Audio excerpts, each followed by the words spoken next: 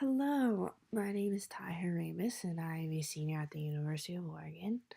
I will be talking about Frederick Hoffman for my final project, and I really wanted to dive deep into how his racial biases were exposed through a couple of his texts.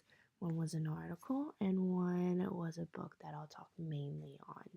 Um, First, I wanted to give a little bit of an understanding of who he was and where he came from and how he got to the kind of peak in his life. And then I'm going to be talking about how he expressed again his stance on the perception of the Native American race through many statistical procedures and methods, and then who took off with those methods and then who disagreed with them.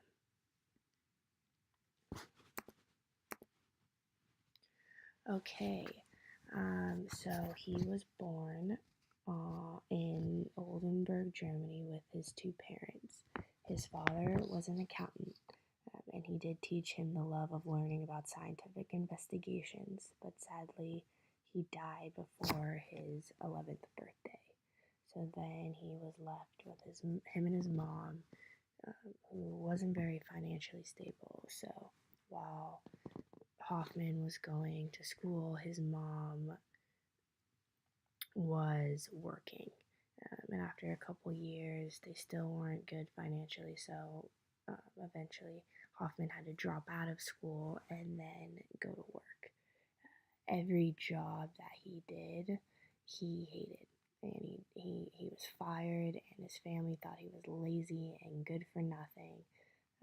So then he realized that there were no opportunities for him in Germany, and no one was supportive. So he gained enough money where he flew to the U.S. He flew to New York, and luckily, a couple of days of being homeless, he found an immigrant German man who owned a shopkeeping business. So he went to Cleveland, where that was, and worked for him. Then he realized, okay, wait, I actually don't want to do this. So he saved more money and traveled down south. He was poor and he found jobs wherever he could, but he was fascinated by the sights and experiences he had, and then eventually taught himself English. He got down south, and then in 1890 he opened his own brokerage business with a partner. And when that crashed, he ended up at a life insurance company of Virginia. Then later in 1892, he officially became an American citizen and had a family. He was definitely a self-made man, came from very hardships, came from poor family, pretty much from nothing, and then established himself in the insurance business later. He was curious about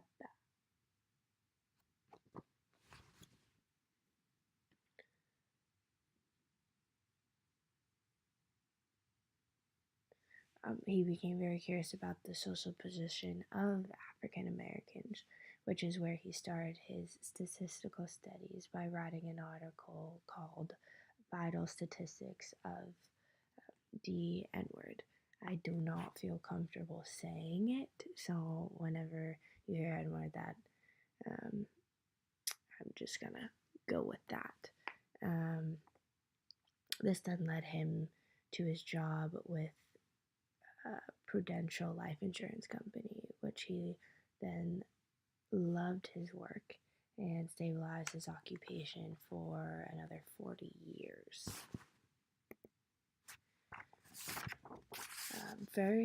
Frederick was very observant and interested in the conditions of people's lives and became the leading authority of public health conditions.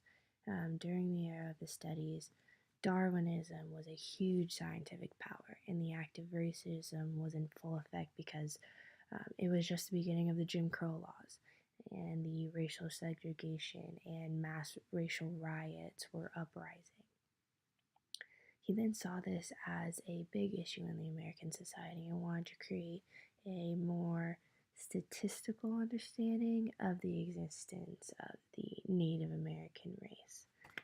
His first writing, like I said before, was the vital statistic of the N-word, and this pretty much prefaced that African Americans were more susceptible to death than Caucasians, and therefore inevitably bounded to extinction.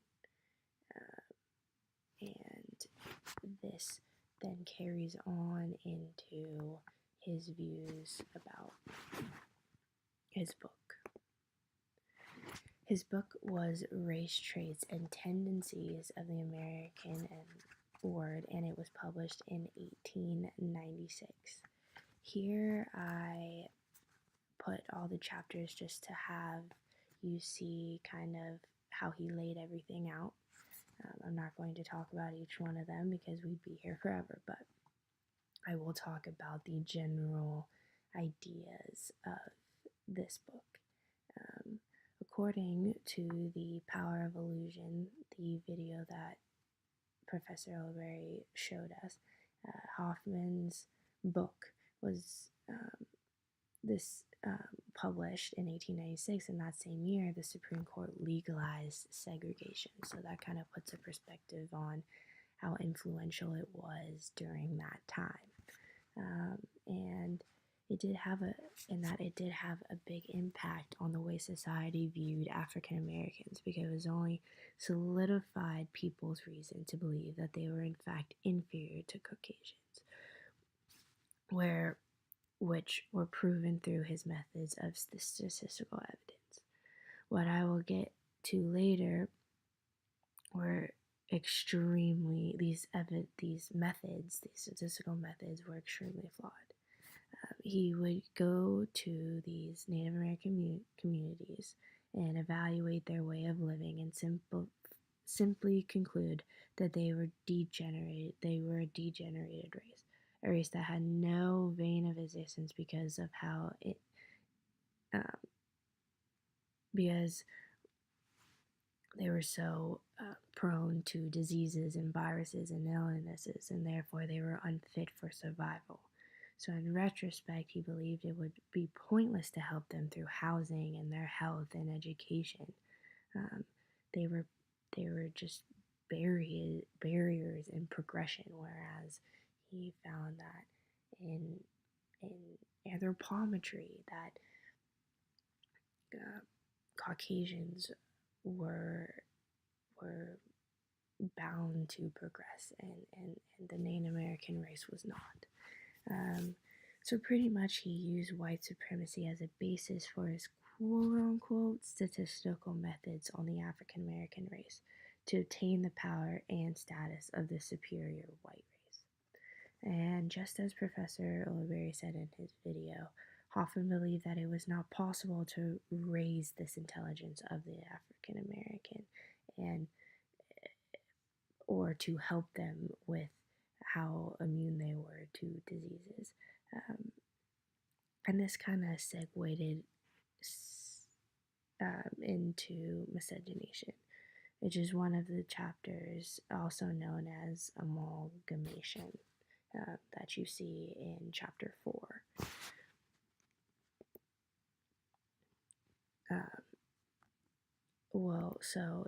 These were the main points.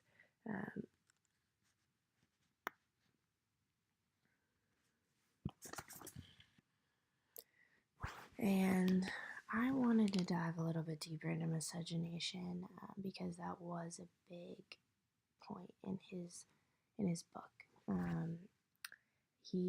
I wanted to name one of the quotes. So he tested the weight of the mulatto brain. Mulatto is the child of a half-white and half-black parents. He states that the greater circumference of the head and the larger facial angle of the mulatto as compared to the pure N-word. We have therefore the contrast of mulatto being physically and possibly morally the inferior of the pure-blooded N-word, while intellectually he is superior.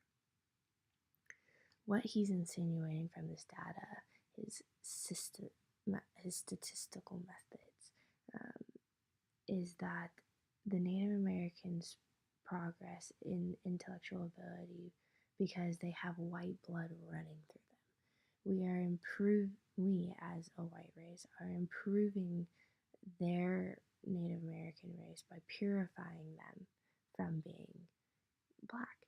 And this is all seen through the circumference of one's head. And to me, this is just very disheartening, and it's very hard to hear, and it just doesn't make any sense. I just can't make any sense as to how he can see all of that and see that the white race is superior and making the black race more superior just based on their school size.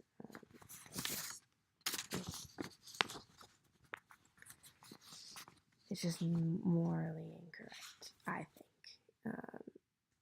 And another thing that another big emphasis on this book was the insurance, in that he helped delay the struggle of African Americans to access services and securities because he wanted to raise the insurance premiums. And later on, I'll tell you that Prudential assisted this, and they were all about this and supported his belief on this issue. So that brings me to my question: was his findings biased? Now, up to interpretation, but yeah, I definitely think his findings were biased.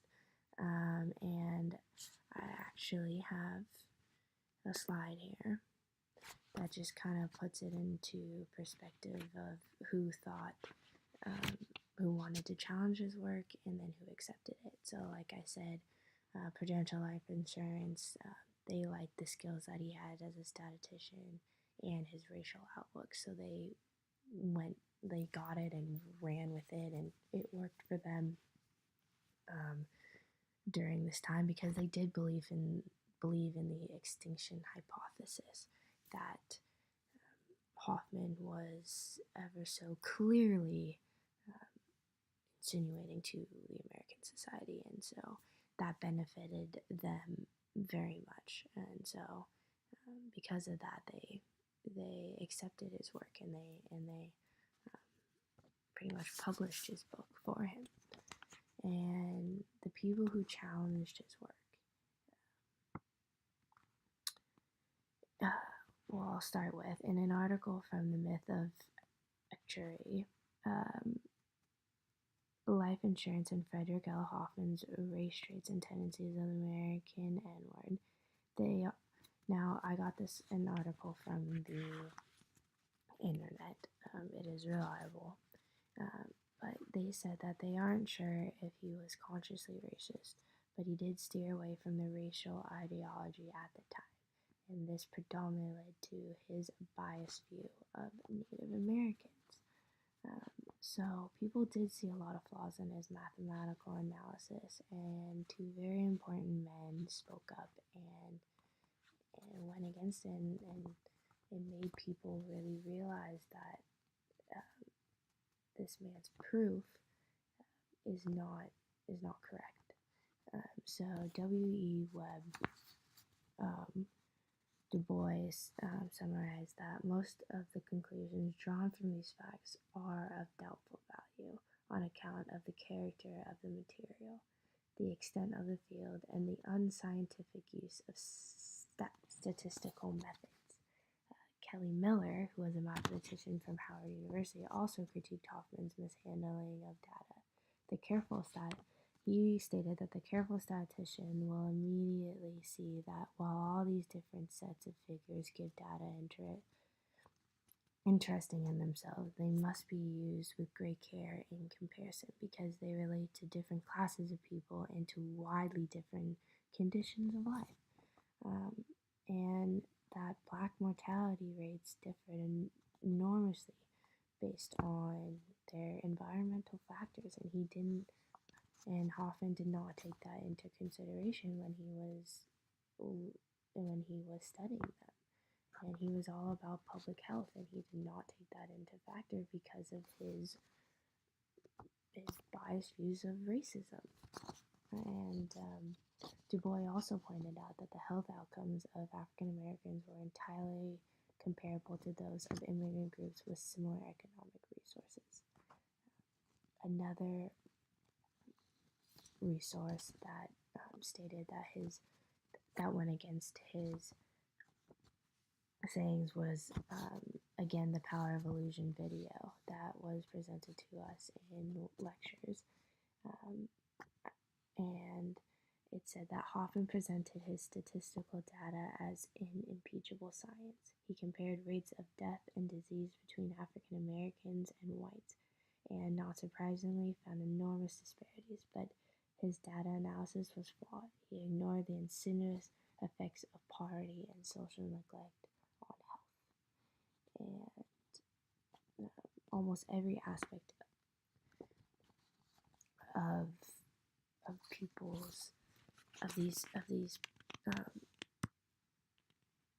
disagreements was completely breaking down his methods and the fact that he had no real data. All of his data was of an extinction hypothesis. It was just all nonsense. And yeah, I just wanted to share with you a few quotes. I'm not going to read them, but if you have time, you can look at them. These were very meaningful to me, and I think that they put a perspective into what I was saying, and a couple quotes that I just wanted to write down. And thank you for listening.